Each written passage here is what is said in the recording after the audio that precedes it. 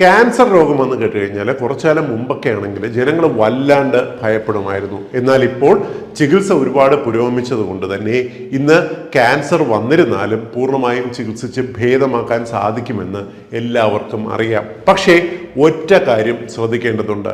തുടക്കത്തിലേ കണ്ടെത്തിയാൽ നമുക്ക് എത്രയും പെട്ടെന്ന് ചികിത്സിച്ച് മാറ്റാം. പലപ്പോഴും നമ്മൾ ഈ രോഗം കണ്ടുപിടിക്കപ്പെടുന്നതിൽ വരുന്ന കാലതാമസമാണ് ഈ ക്യാൻസർ രോഗം ശരീരത്തിൻ്റെ പല ഭാഗത്തേക്കും ബാധിക്കുന്നതും ചികിത്സയിലൂടെ മാറ്റിയെടുക്കാൻ പറ്റാത്ത ഒരവസ്ഥ വരുന്നതും.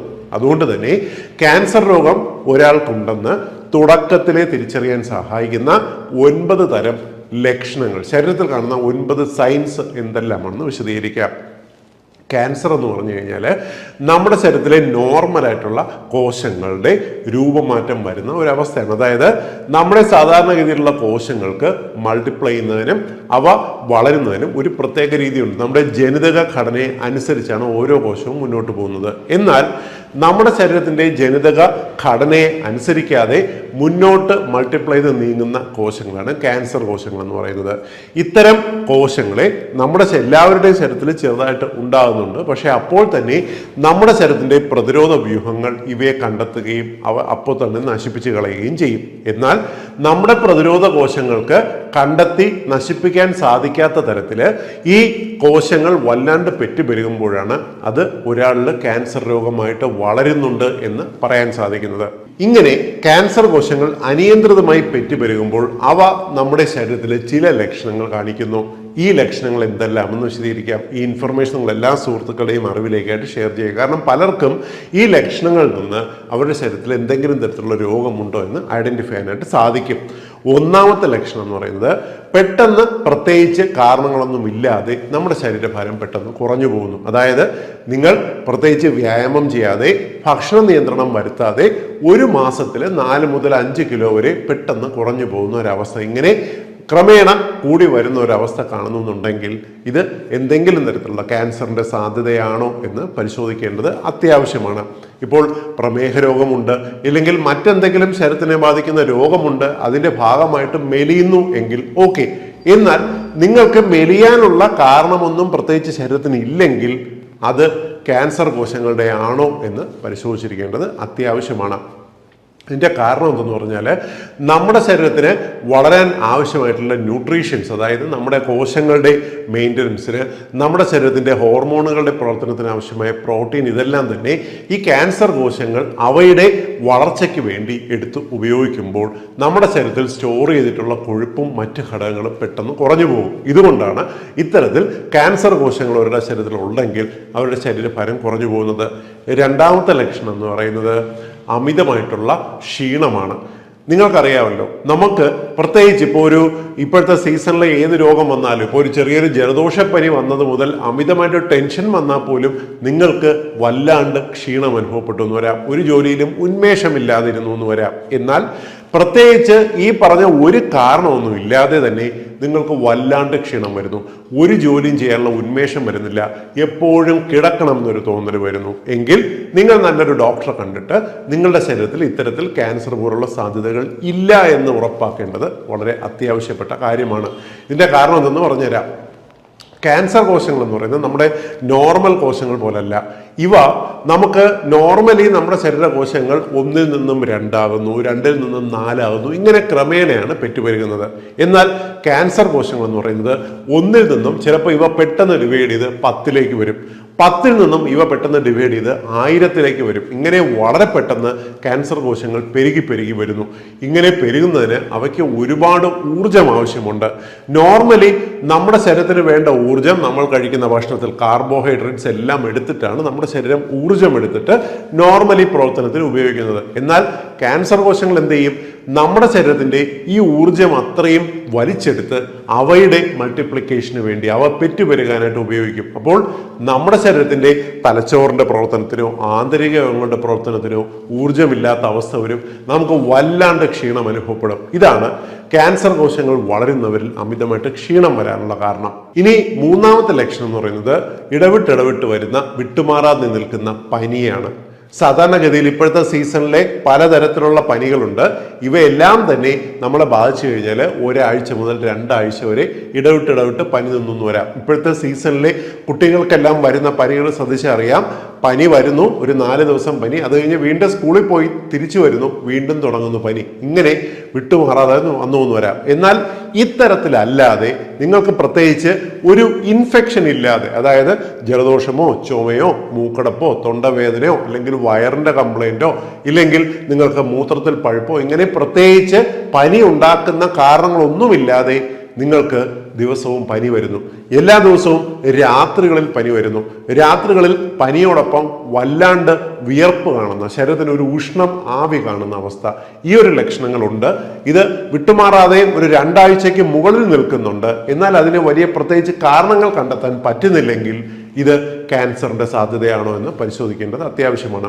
ഇനി 4ാമത്തെ ലക്ഷണം എന്ന് പറയുന്നത് ശരീരത്തിന്റെ ഏതെങ്കിലും ഭാഗത്ത് വിട്ടുമാറാതെ നിൽക്കുന്ന വേദന. നിങ്ങൾക്ക് ഇപ്പോൾ ശരീരത്തിൽ ഏതെങ്കിലും ഇപ്പോൾ ഒരു ജോയിന്റിന് ഇൻഫെക്ഷൻ ഒക്കെ വന്നിരുന്നാലോ ഇല്ലെങ്കിൽ ഏതെങ്കിലും പ്രോബ്ലംസ് ഉണ്ടോ, വേദന വരാം. എന്നാൽ പ്രത്യേകിച്ച് കാരണങ്ങളൊന്നും കണ്ടെത്താൻ സാധിക്കാതെ നിങ്ങൾക്ക് വേദന വരുന്നു.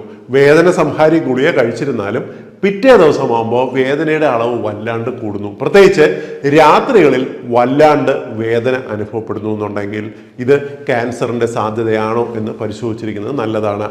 കാരണം എന്തെന്ന് പറഞ്ഞാൽ ക്യാൻസറിന്റെ കോശങ്ങൾ ഏതെങ്കിലും ഒരു ഭാഗത്ത് വല്ലാണ്ട് പെറ്റുപെരുകുമ്പോൾ അത് അതിൻ്റെ തൊട്ടടുത്തുള്ള നാഡികളെ, നെർവ്സിനെ ബാധിച്ചു എന്ന് വരാം. ഇത് ആ ഭാഗത്ത് വല്ലാണ്ട് വേദന അനുഭവപ്പെട്ടു വരാം. 2ാമത്തെ കാരണം, ഇപ്പോൾ ക്യാൻസർ കോശങ്ങൾ വല്ലാണ്ട് പെറ്റുപെരുകുമ്പോൾ അത് ആ ഭാഗത്തുള്ള ഏതെങ്കിലും സ്ട്രക്ചേഴ്സിന്, ഇപ്പം നമ്മുടെ ശരീരത്തിൻ്റെ ഏതെങ്കിലും ഒരു അവയവത്തിനെ വല്ലാണ്ട് ഞെരുക്കി എന്ന് വരാം, പ്രഷർ ക്രിയേറ്റ് ചെയ്തെന്ന് വരാം. പ്രഷർ സിംറ്റത്തിന്റെ ഭാഗമായിട്ടും വേദന അനുഭവപ്പെട്ടു എന്ന് വരാം. 3ാമത്തത്, ഈ ക്യാൻസർ കോശങ്ങൾ വല്ലാണ്ട് പെരുകുമ്പോൾ ഇത് ശരീരത്തിൽ പലതരത്തിലുള്ള ചില രാസവസ്തുക്കൾ പുറപ്പെടുവിക്കും. ഈ രാസവസ്തുക്കളുടെ സാന്നിധ്യം രക്തത്തിൽ വന്നിരുന്നാലും വേദന അനുഭവപ്പെട്ടു എന്ന് വരാം. 4ാമത്തെ കാരണം എന്ന് പറയുന്നത് മെറ്റാസ്റ്റാസിസ് ആണ്. അതായത് ക്യാൻസർ കോശങ്ങൾ ഒരു വശത്ത് നിന്ന് മറ്റൊരു ഭാഗത്തേക്ക് പടർന്നു തുടങ്ങുന്നതിൻ്റെ ഭാഗമായിട്ടും വിട്ടുമാറാതെ ഇത്തരത്തിൽ വേദന വന്നു വരാം. അതുകൊണ്ട് കാരണം എന്ത് എന്ന് പ്രത്യേകിച്ച് തിരിച്ചറിയാൻ സാധിക്കാതെ ശരീരത്തിൻ്റെ ഒരു ഭാഗത്ത് വേദന വരികയാണെങ്കിൽ അത് ക്യാൻസർ ആണോ അല്ലയോ എന്നുള്ളത് ഉറപ്പാക്കേണ്ടത് ആവശ്യമാണ്. ഇനി അടുത്ത 5ാമത്തെ പ്രധാനപ്പെട്ട ലക്ഷണം എന്ന് പറയുന്നത് സ്കിന്നിൽ വരുന്ന ചേഞ്ചസ് ആണ്. നമ്മുടെ സ്കിന്നിൽ പ്രത്യേകിച്ച് തൊലിപ്പുറത്ത് വരുന്ന ക്യാൻസറുകൾ കേരളത്തിൽ അത്ര കോമൺ ആയിട്ട് കാണുന്നതല്ല. മറ്റു രാജ്യങ്ങൾ, അതായത് അമേരിക്കയിലോ ഓസ്ട്രേലിയയിലോ ഒക്കെയാണ് സ്കിന്നിൽ വരുന്ന ക്യാൻസറുകൾ കൂടുതലുള്ളത്.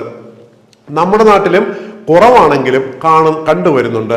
ഇത്തരം ടെൻഡൻസീസ് എന്ന് പറയുന്നത് നമ്മുടെ സ്കിന്നിൽ വരുന്ന മറുകുകൾ ക്രമേണ പെട്ടെന്ന് കൊണ്ട് വലുതാകുന്നതിൻ്റെ ഒപ്പം തന്നെ നമുക്കറിയാം നമ്മുടെ ശരീരത്തിൽ വരുന്ന മറുകുകളെല്ലാം തന്നെ അവയുടെ വശങ്ങൾ, മാർജിനുകൾ കറക്റ്റ് ആയിരിക്കും. എന്നാൽ മാർജിനുകൾ ഇറഗുലറായി പെരുകി വരുന്നു.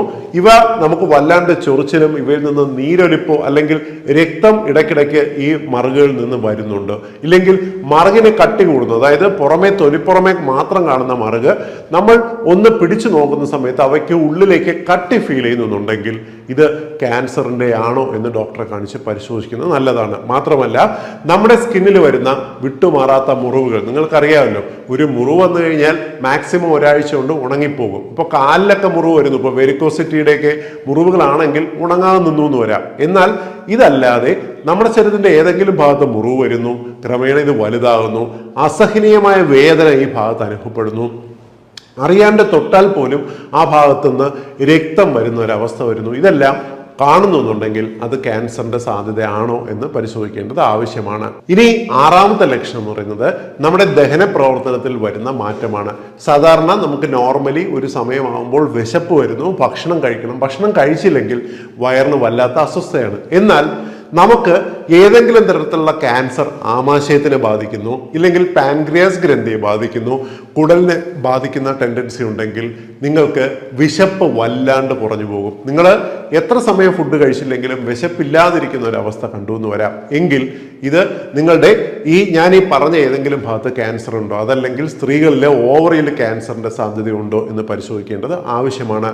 നമുക്ക് വിശപ്പില്ലായ്മ പോലെ തന്നെ പ്രധാനമാണ് മലവിസർജനത്തിൽ വരുന്ന നിറവ്യത്യാസങ്ങൾ. പലപ്പോഴും മലത്തിന്റെ നിറത്തിന് വളരെ ഡാർക്ക്, വളരെ കറുത്ത നിറം മലത്തിൽ തുടർച്ചയായിട്ട് മലം പോകുന്നുണ്ടെങ്കിലോ ഇല്ലെങ്കിൽ മലത്തിൽ രക്തത്തിന്റെ സാന്നിധ്യം കാണുന്നുണ്ടെങ്കിലോ നിങ്ങളിത് ക്യാൻസറിന്റെ സാധ്യതയാണോ എന്ന് പരിശോധിച്ചിരിക്കണം. സാധാരണ മലത്തിൽ രക്തം കണ്ടു കഴിഞ്ഞാൽ നിങ്ങൾക്കറിയാം പൈൽസിന്റെ പ്രശ്നമായിട്ട് വരാം, ഫിഷർ രോഗം കൊണ്ട് ഉണ്ടാകാറുണ്ട്, കുടലിൽ വരുന്ന അൾസറിന്റെ പ്രശ്നം കൊണ്ട് വരാം, അൾസറേറ്റീവ് കൊളൈറ്റിസ്, ക്രോൺസ് ഡിസീസ് പോലുള്ള കുടലിനെ ബാധിക്കുന്ന രോഗങ്ങളിൽ വളരെ കോമൺ ആയിട്ട് മലത്തിൽ രക്തത്തിന്റെ സാന്നിധ്യം കാണാം. എന്നാൽ ഇത്തരം രോഗങ്ങളൊന്നും ഇല്ലാതെ തന്നെ നിങ്ങൾക്ക് തുടർച്ചയായിട്ട് നിങ്ങൾക്ക് അടിവയറ് വേദന ഇല്ലെങ്കിൽ നിങ്ങൾക്ക് വേദന വന്നിട്ട് മലത്തോടൊപ്പം രക്തം കാണുന്നു, അതല്ലെങ്കിൽ നിങ്ങൾക്ക് ഇപ്പോൾ മലവിസർജനത്തിന് പോകുമ്പോൾ ആദ്യം ഒരല്പം രക്തം പോകുന്നു, അതിനുശേഷം മലം പോകുന്നു, ഇത്തരം ലക്ഷണങ്ങൾ ഉണ്ടെങ്കിൽ സപ്പോസ് വേറെ എന്തെങ്കിലും രോഗമാണെങ്കിലും ഇത് കുടലിൽ എന്തെങ്കിലും ക്യാൻസറിന്റെ സാധ്യതയാണോ എന്ന് പരിശോധിക്കേണ്ടത് ആവശ്യമാണ്. നിങ്ങൾക്ക് മലത്തിൽ രക്തം കാണുന്നത് പോലെ തന്നെ ശരീരത്തിന്റെ ഏതെങ്കിലും സ്രവത്തിൽ നിങ്ങൾക്ക് പതിവില്ലാതെ രക്തത്തിന്റെ സാന്നിധ്യം ഉണ്ടെങ്കിൽ അത് വിട്ടുമാറാതെ തുടർച്ചയായിട്ട് നിൽക്കുന്നുണ്ടെങ്കിൽ അത് ക്യാൻസറിന്റെ ലക്ഷണമാണോ എന്ന് പരിശോധിക്കേണ്ടത് ആവശ്യമാണ്. ഇനി ഏഴാമത്തെ ലക്ഷണം എന്ന് പറയുന്നത് വിട്ടുമാറാതെ നിൽക്കുന്ന ചുമയാണ്. നിങ്ങൾക്കറിയാം ഇപ്പോഴത്തെ സീസണിലെ ഈ തണുപ്പ് സീസണിൽ വരുന്ന ചുമ, അലർജി, ആസ്മ രോഗം പോലുള്ള അവസ്ഥകളിലെല്ലാം തന്നെ ചുമ വിട്ടുമാറാതെ നിന്നു വരാം. എന്നാൽ ഇത്തരം പ്രശ്നമൊന്നും ഇല്ലാത്തവർക്ക്, പ്രത്യേകിച്ച് വയസ്സായവർക്ക്, ഒരു പ്രായം കഴിഞ്ഞിട്ടുള്ളവർക്ക് അല്ലെങ്കിൽ നമുക്ക് പതിവായിട്ട് സിഗരറ്റ് വലിയുടെ ടെൻഡൻസി ഉള്ളവർക്ക് ചുമ വിട്ടുമാറാതെ നിൽക്കുന്നുണ്ടെങ്കിൽ അതോടൊപ്പം കഫത്തോടൊപ്പം തന്നെ രക്തത്തിന്റെ സാന്നിധ്യം കാണുന്നുണ്ടെങ്കിലോ രാത്രികളിൽ കിടക്കാൻ പോലും പറ്റാത്ത തരത്തിൽ നിങ്ങളെ ചുമ അസ്വസ്ഥപ്പെടുത്തുന്നുണ്ടെങ്കിലോ ഡെഫിനറ്റ്ലി നിങ്ങളിത് ക്യാൻസറിന്റെ സാധ്യത എന്തെങ്കിലും ഉണ്ടോ, ശ്വാസകോശം ക്ലിയർ ആണോ എന്ന് പരിശോധിക്കേണ്ടത് അത്യാവശ്യമാണ്. ഇനി എട്ടാമത്തെ ലക്ഷണം എന്ന് പറയുന്നത് ശരീരത്തിന്റെ പല ഭാഗത്തുമുള്ള കഴലകൾ, ലിംഫ് നോഡുകളിൽ വരുന്ന വീക്കമാണ്. സാധാരണഗതിയിൽ നമ്മളിപ്പോൾ കുളിച്ചിട്ട് വേർത്ത് കഴിഞ്ഞാലോ അല്ലെങ്കിൽ കഴുത്തിന്റെ ഭാഗത്ത് വേദന വരുമ്പോഴെല്ലാം കഴുത്തിന്റെ സൈഡിൽ തടവി നോക്കിക്കഴിഞ്ഞാൽ ചെറിയ കഴലകൾ കണ്ടുവന്ന് വരാം. സ്കൂളിൽ പോകുന്ന കുട്ടികൾക്ക് തലയിൽ അമിതമായിട്ട് പെയിൻ ശല്യമുണ്ടെങ്കിലും കഴുത്തിന്റെ ഭാഗത്ത് കഴല കണ്ടുവന്ന് വരാം. പല്ല് കേടുണ്ടെങ്കിൽ കഴുത്തിന്റെ ഭാഗത്ത് കഴല കണ്ടുവന്ന് വരാം. എന്നാൽ ഇത്തരം കാരണങ്ങളൊന്നുമില്ലാതെ തന്നെ നമ്മുടെ കഴുത്തിന്റെ വശങ്ങളിലോ കക്ഷത്തിലോ തൊടയിടുക്കിലോ അല്ലെങ്കിൽ ശരീരത്തിന്റെ ഏതെങ്കിലും ഭാഗത്ത് ഈ കഴലകൾ, സാധാരണ നമ്മൾ ലിംഫ് നോഡുകൾ എന്ന് വിളിക്കുന്ന കഴലകൾ വീർത്ത് വരുന്നുണ്ടെങ്കിലോ കഴലകളിൽ വേദന കാണുന്നുണ്ടെങ്കിലോ നിങ്ങൾ ഒരു ഡോക്ടറെ കണ്ടിട്ട് ക്യാൻസറിന്റെ സാധ്യതയുണ്ടോ എന്ന് പരിശോധിച്ചിരിക്കണം. കാരണം ലിംഫ് നോഡുകളെ ബാധിക്കുന്ന ലുക്കീമിയ, അതായത് ബ്ലഡ് ക്യാൻസർ പോലുള്ള രോഗങ്ങൾക്കോ ലിംഫോമ പോലുള്ള രോഗങ്ങൾക്കോ ഇത്തരത്തിൽ കഴലകളിൽ വരുന്ന വീക്കം പ്രധാനപ്പെട്ട ലക്ഷണമാണ്. മാത്രമല്ല ശരീരത്തിൽ ഏതെങ്കിലും ഭാഗത്തുള്ള ക്യാൻസർ മറ്റൊരു ഭാഗത്തേക്ക് വ്യാപിക്കുന്നതിന്റെ ഭാഗമായിട്ടും ലിംഫ് നോഡുകൾക്ക് വീക്കം കണ്ടുവന്നു വരാം. അതുകൊണ്ട് ഇത്തരത്തിൽ ഒരു ലക്ഷണം കണ്ടാൽ പരിശോധിക്കേണ്ടത് ആവശ്യമാണ്. ഇനി ഒൻപതാമത്തെ ലക്ഷണം എന്ന് പറയുന്നത് ബ്രസ്റ്റിൽ, സ്തനത്തിൽ കാണുന്ന മുഴകളാണ്. സ്തനത്തിൽ പലപ്പോഴും ഇന്നിപ്പോൾ ചെറിയ കുട്ടികൾക്ക്, ഒരു 20 വയസ്സുള്ള പെൺകുട്ടികൾ പോലും സ്തനത്തിൽ മുഴകൾ കണ്ടുവരാറുണ്ട്. പലപ്പോഴും സ്കാൻ ചെയ്ത് കഴിയുമ്പോൾ ഇവ ഫൈബ്രോ അഡിനോമ എന്ന് വിളിക്കുന്ന മസിലുകളുടെ ചെറിയൊരു അഗ്രിഗേറ്റ് ആയിട്ട് വരുന്ന അവസ്ഥകളും കണ്ടുവരാറുണ്ട്. എന്നാൽ വിട്ടുമാറാതെ സ്തനങ്ങളിൽ വരുന്ന ചെറിയ മുഴകൾ അല്ലെങ്കിൽ സ്തനത്തിന്റെ മുലക്കണ്ണിൽ വരുന്ന ചെറിയ കല്ലിപ്പ്, മുലക്കണ്ണിൽ നിന്ന് രക്തം വരുന്നു അല്ലെങ്കിൽ ചെറിയ ഡിസ്ചാർജുകൾ വരുന്നു അല്ലെങ്കിൽ നിപ്പിൾ, മുലക്കണ്ണ് ഉള്ളിലേക്ക് വലിഞ്ഞിരിക്കുന്ന ഒരു അവസ്ഥ വരുന്നു, ബ്രസ്റ്റിന്റെ ഏതെങ്കിലും ഭാഗത്ത് വരുന്ന വല്ലാത്ത തടിപ്പ്, രാത്രികളിൽ വരുന്ന വേദന ഇല്ലെങ്കിൽ ഏതെങ്കിലും ഭാഗത്ത് വിട്ടുമാറാതെ നിൽക്കുന്ന ചില ഇനം മുറിവുകൾ, പലപ്പോഴും നമ്മുടെ സ്കിന്നിൽ വരുന്ന ഡ്രൈ സ്കിൻ പോലുള്ള അവസ്ഥകൾ ബ്രസ്റ്റിൽ കണ്ടുവന്ന് വരാം. ഇങ്ങനെ ബ്രസ്റ്റിൽ വരുന്ന ഇടയ്ക്കിടയ്ക്ക് തൊലി പൊളിഞ്ഞിളകുന്ന, ചൊറിച്ചിൽ വരുന്ന എന്തെങ്കിലും ഒരു അവസ്ഥകൾ സ്ത്രീകളിൽ കാണുന്നുണ്ടെങ്കിൽ ഇത് ആദ്യം നിങ്ങൾ ചെയ്യേണ്ടത് ക്യാൻസർ ആണോ അല്ലയോ എന്ന് ഉറപ്പുവരുത്തേണ്ടതാണ്.